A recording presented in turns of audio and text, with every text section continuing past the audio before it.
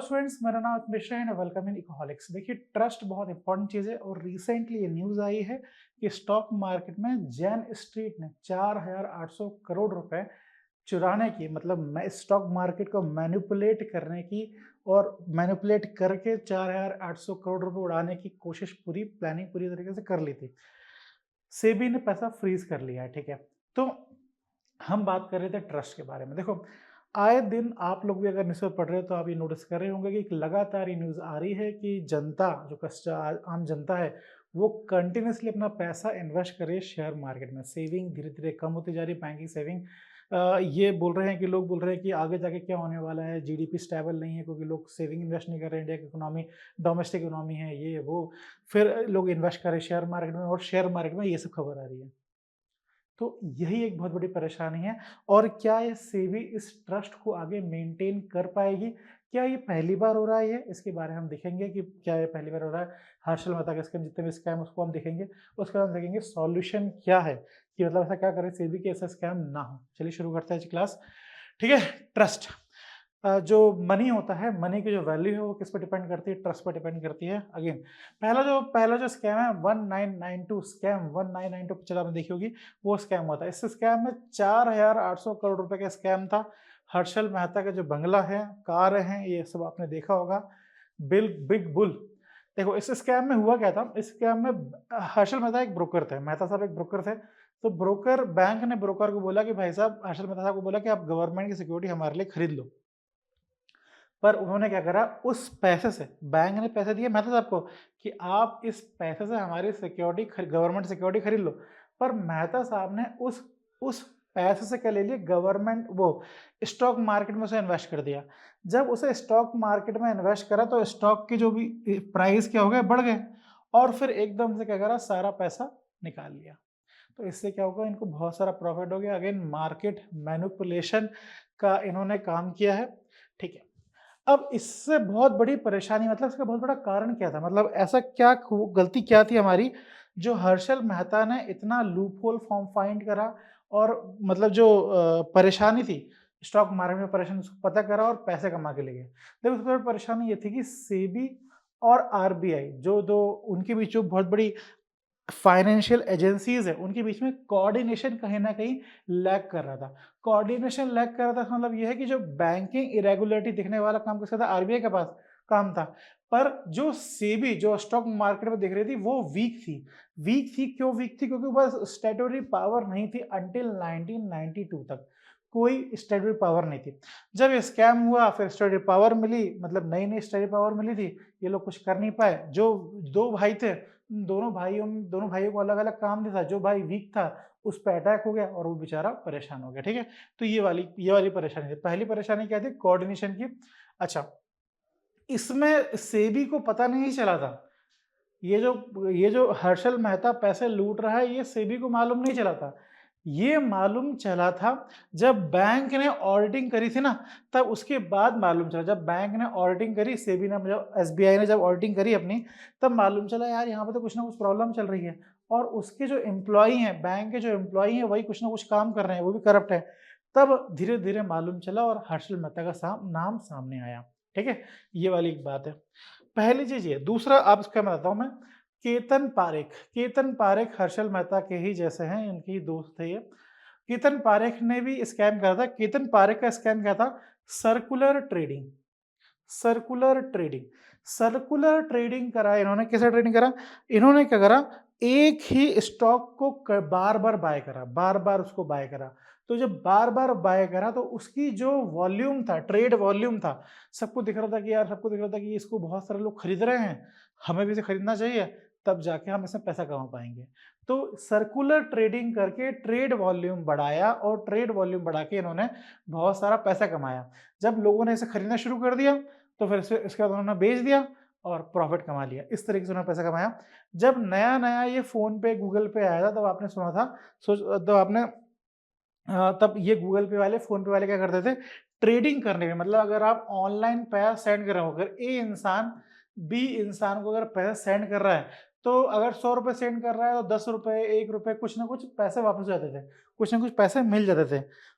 तब तो लोगों ने उस टाइम पे क्या करा, आपस में ये ट्रेड, आपस में एक दूसरे को पैसे देने लगे, कुछ 10 रुपए 1 रुपए कुछ खर्चा वर्चा चाय वाय खर्चा निकाल लेते थे लोग ऐसे।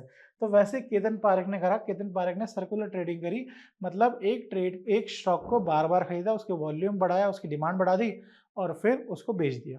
ठीक है, तो ये वाली बात है। अब इसके बाद केतन पारेख का भी जो चोरी है वो सेबी ने नहीं पकड़ी, जो सर्विलेंस है सेबी का वो बेकार है, वो इस चीज से मालूम चलता है। हर्षल मेहता वाली चोरी भी सेबी ने नहीं पकड़ी थी, केतन पारेख वाली चोरी भी सेबी ने नहीं पकड़ी है। केतन पारेख केस में जो चोरी पकड़ी है वो पुलिस इन्वेस्टिगेशन में मालूम चला है। वो ये बताता है वीक सर्विलेंस। जो पहली परेशानी थी हर्षल मेहता के टाइम पे, वो कोऑर्डिनेशन की परेशानी थी। उस टाइम पे सेबी वीक था, स्टैट्यूटरी नहीं था। आरबीआई और सेबी के बीच में कोऑर्डिनेशन के इशू कैसे। दूसरी परेशानी क्या थी कि सर्विलेंस का इशू था। तीसरा केतन पारेख के बाद जो तीसरा स्कैम हुआ 2010, और ये सबसे बड़ा स्कैम है। इसमें कितनी चोरी हुई है, कितने अमाउंट की चोरी हुई उसका अभी तक पता नहीं चला है। मेंबर ऑफ पार्लियामेंट थे, उन्होंने बोला है कि 75,000 करोड़ की चोरी हुई है। 75,000 करोड़ की। हर्षल मेहता के टाइम पे कितनी हुई थी? 4.5। और जेन स्ट्रीट में जो चोरी हुई कितनी, वो भी इतनी हुई 4,500 करोड़। ये हुई है 75,000 करोड़ से ऊपर की होगी। ये तो डॉक्यूमेंट है 75,000 करोड़। इसमें क्या था ये देखिए आप। इसमें इन लोगों ने क्या करा, इसमें इशू था एनएससी को लोकेशन स्कैम। एनएससी को लोकेशन स्कैम में होता है, आपको कोई भी शेयर खरीदना है, आपको एक इन्वेस्टर को शेयर खरीदना है तो वो ब्रोकर की हेल्प से शेयर खरीदता है। ठीक है, अब इसमें क्या होता है ना, जब आप शेयर खरीदते हो तो कुछ माइक्रो सेकेंड का सीन रहता है। अगर आपने कोई शेयर अगर जल्दी खरीद लिया और पहले खरीद लिया और उसके बाद उसके प्राइस बढ़ गए तो आपने पैसे कमा लिया, है ना। तो ये रहता है। अगर आप बेचने वाला आ गया तो आपने पहले बेच दिया और बाकी लोगों ने बाद में बेचा तो आपने पैसा कमा लिया। तो जो माइक्रो सेकंड का इशू रहता है, तो यहीं पर इन लोगों ने खेल खेला। ब्रोकर ने क्या करा, ब्रोकर ने अपने सर्वर कहाँ लगा दिए, एनएसई की बिल्डिंग में लगा दिए, नेशनल स्टॉक एक्सचेंज की बिल्डिंग में लगा दिए। और सर्वर इस तरीके से लगाया, जो फाइबर को इस तरीके से लगाया, ऐसा बोलते हैं डार्क फाइबर लगाया। डार्क फाइबर लगाया मतलब एनएसई का सर्वर और ब्रोकर का सर्वर का जो फाइबर है वो एक हो गया था, इस तरीके से सर्वर लगाया। अब जब भी वो ब्रोकर कोई भी ट्रेड कर रहा था तो सबसे पहले जो शेयर की बाइंग कर रहा था वो ये कर रहा था, ये वाले लोग कर रहे थे। बाइंग सेलिंग जो भी हो रही थी वो ये लोग कर रहे थे। अब इसके बाद जैसे ही शेयर ऊपर जाता है, जैसे ही ये शेयर ऊपर गया, सब लोगों ने देखा भाई शेयर ऊपर जा रहा है, तो पैसे इस तरीके से इन लोगों ने कमाए ट्रेड में जल्दी और धीरे करने पे। और इसका ये कोई मतलब इतनी मतलब इसमें चोरी नहीं है। इसमें उन लोगों ने जो सेकंड है ना उसको एंजॉय करा, माइक्रो सेकंड का फायदा उठा के एंजॉय करा है और अपने सर्वर लगा दिए वहां पे। ये मतलब बहुत बारीक सा काम था ये, इस चीज को करा है। ये कोई चोरी नहीं हो रहा है कि भाई आप पैसा लेके यहाँ लगा रहे हो वहां लगा रहे हो, ये वाला गवर्नमेंट सिक्योरिटी ना बिल खरीद के आप यहाँ लगा रहे हो, ये वाला काम नहीं कर रहा। इनने तो सर्वर ही वहां लगा दिया फास्ट करने के चक्कर में। ठीक है, अभी सेबी ने इसके रिगार्डिंग रूल बनाया है कि आप सर्वर इतने इतने किलोमीटर के डिस्टेंस के बाद ही लगाओगे, ये अब बाद में बनाया है। फिर इसकी चोरी भी सेबी ने नहीं पकड़ी, इसको भी किसी विसिल ब्लोअर ने करके बताया 2015 में। ठीक है, नो इन्वेस्टिगेशन सेबी के रिगार्डिंग, और इसे विसिल ब्लोअर ने बताया। अब चौथी बताता हूं मैं आपको। चौथी है कार्वी स्टॉक। अगेन कौन है यहाँ पे, अगेन ब्रोकर है। ब्रोकर ब्रोकर ही चोर है। जो आस्तीन का सांप होता है ना, वही वाली बात आ रही है। हर जगह ब्रोकर चोर है, यहाँ पे भी कार्वी में ब्रोकर चोर है। अब इससे पहले जो यहाँ पे भी ब्रोकर चोर है, जो को लोकेशन स्कैम हुआ था। इससे पहले जो केतन पारेख का हुआ है, केतन पारेख में भी ब्रोकर ही चोर है। अब इसमें चोरी क्या हुई है बताता हूँ मैं आपको। कार्वी स्टॉक में, कार्वी स्टॉक में देखो, हर्षल मेहता में ये हुआ, हर्षल मेहता को दिया बैंकों ने पैसा। अब बोला बैंक्स को पैसा देने के बाद ये बोला कि भाई ये जो पैसा है आप गवर्नमेंट सिक्योरिटी में लगाना। पर हर्षल मेहता ने क्या करा, उस पैसे को लेके स्टॉक मार्केट खरीदा और वहां से पैसे कमाए। इन्होंने कार्वी स्टॉक ने क्या करा, कार्वी स्टॉक को पैसा मिला जनता का, जो उसके इन्वेस्टरों को वहां से पैसा मिला। अब उस पैसे से इन्होंने गवर्नमेंट सिक्योरिटी तो खरीद ली, गवर्नमेंट सिक्योरिटी ने खरीदी है, पर इन्होंने पैसा कहां से लिया है। अब ये गवर्नमेंट सिक्योरिटी को गिरवी रखा है। 2,700 करोड़, 2,700 करोड़ की गवर्नमेंट सिक्योरिटी ने गिरवी रखी, 2,700 करोड़ मार्केट से उठाए, स्टॉक मार्केट में पैसे लगाए, शेयर उठाए और उसे बेच दिए, पैसे कमाए। ठीक है, गलत फहमी और मिस जजमेंट। लोग सोचते हैं कि इजी तरीका है ये पैसा कमाने का, पर ये जो ब्रोकर्स होते हैं ये लालच देते हैं और फिर लालच देने के बाद उसे उसके पिंजरे में ले लेते हैं। ये वाली बात है। वो जो सांप होता है ना, सांप को फिर वो डलिया में रख लेते हैं, वो वाली बात चल रही है यहाँ पे। तो कार्वी स्कैम का स्टॉक का मैंने बता दिया आपको। इसमें भी जो हमारा सेबी है, उसने पता नहीं करा कि स्कैम कैसे हुआ है। यहाँ पे भी किसने पता करा? एनएसई ने जब ऑडिटिंग करी, अनकवर ड्यूरिंग एनएसई ऑडिटिंग, तब मालूम चला। ये वाली बात भी मतलब जरा सोच के देखो, सेबी के पास आप इन्वेस्टर डायरेक्ट इन्वेस्ट नहीं कर सकता, सेबी के थ्रू करेगा, वो ब्रोकर के थ्रू करेगा इन्वेस्टमेंट। अब आपके ब्रोकर का ही डेटा आपके पास नहीं है। ठीक है, तो ये वाली परेशानी आई। अब जो हमारे आखिरी में जो है सबसे बड़े हीरो, जेन स्ट्रीट। जेन स्ट्रीट एक फॉरेनर है, फॉरेन कंपनी है, पैसा बहुत सारा है। अब इन्होंने क्या करा? इंडिया में इन्वेस्ट करा। ये इनकी जो तिकड़म थी वो एकदम लेटेस्ट वे ऑफ लेटेस्ट, मतलब आप सबको पता है ऐसा होता होगा, पर आपके पास इतना पैसा नहीं कि आप ये खेल खेल पाओ। तो इन्होंने एक खेल खेला क्योंकि उनके पैसा बहुत था।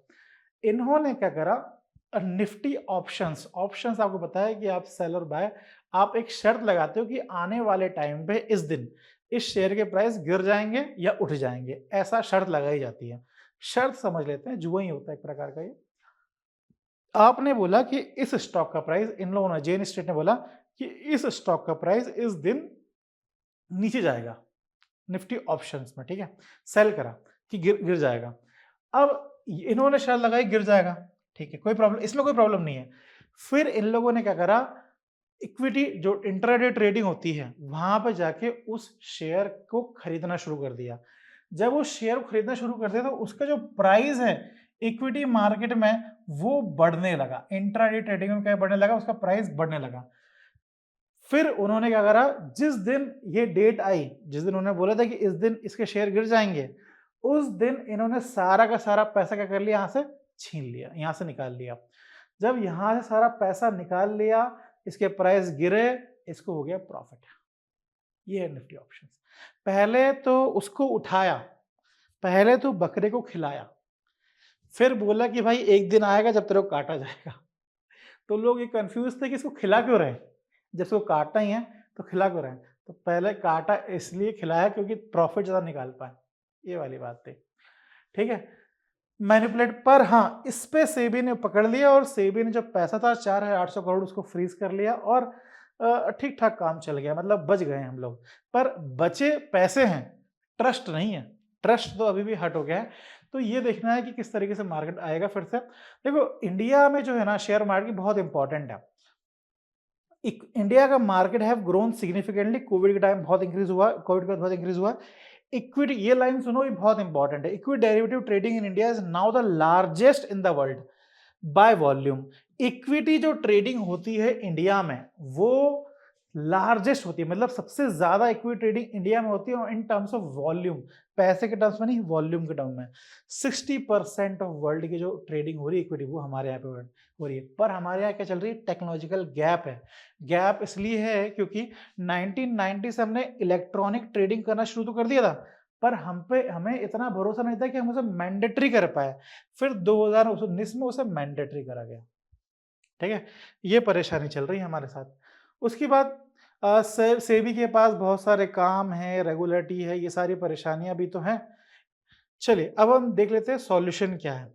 सॉल्यूशन ये है, अच्छा उससे पहले बता दूं मैं आपको कि क्या ये सिर्फ इंडिया में हो रहा है? ये जो चोरी होती है सेबी में, जो स्टॉक मार्केट में जो चोरी हो रही है, वो क्या इंडिया में ही हो रही है? नहीं, जर्मनी में भी आया था, how the biggest fraud in German history unravelled. ये हिस्ट्री, जर्मनी में कोई कंपनी थी, उन्होंने भी अच्छा खासा अमाउंट में चोरी करा था। तो जर्मनी, बाहर की कंट्रीज में भी होता है, सिर्फ इंडिया में नहीं होता है।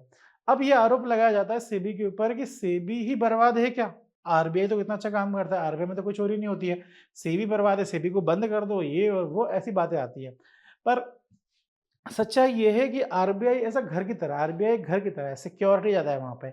सेबी एक रोड की तरह है। देखो एक्सीडेंट एक्सीडेंट रोड आप में कितनी भी सिक्योरिटी लगा दो, रोड में एक्सीडेंट होने ही हैं। सेबी में ट्रेडिंग होती है, सेबी में एक्सीडेंट होने ही हैं।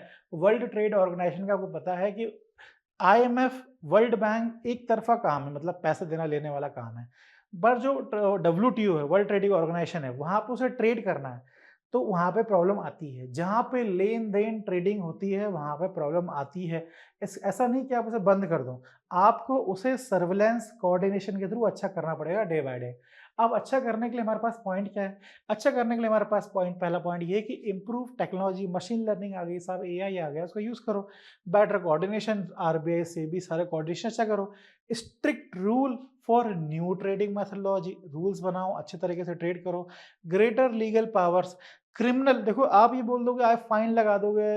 अभी जो आपने वो जो को ट्रेडिंग देखा था ना एनएसई में जो हो रहा था, 50,000 करोड़ का जो था, उसमें जो सज़ा दी है, जो फाइन लगाया है सेबी ने, वो 5 करोड़ 6 करोड़ लगाया है, जबकि उन्होंने 50,000 करोड़ रुपए कमाए हैं वहाँ से, ठीक है?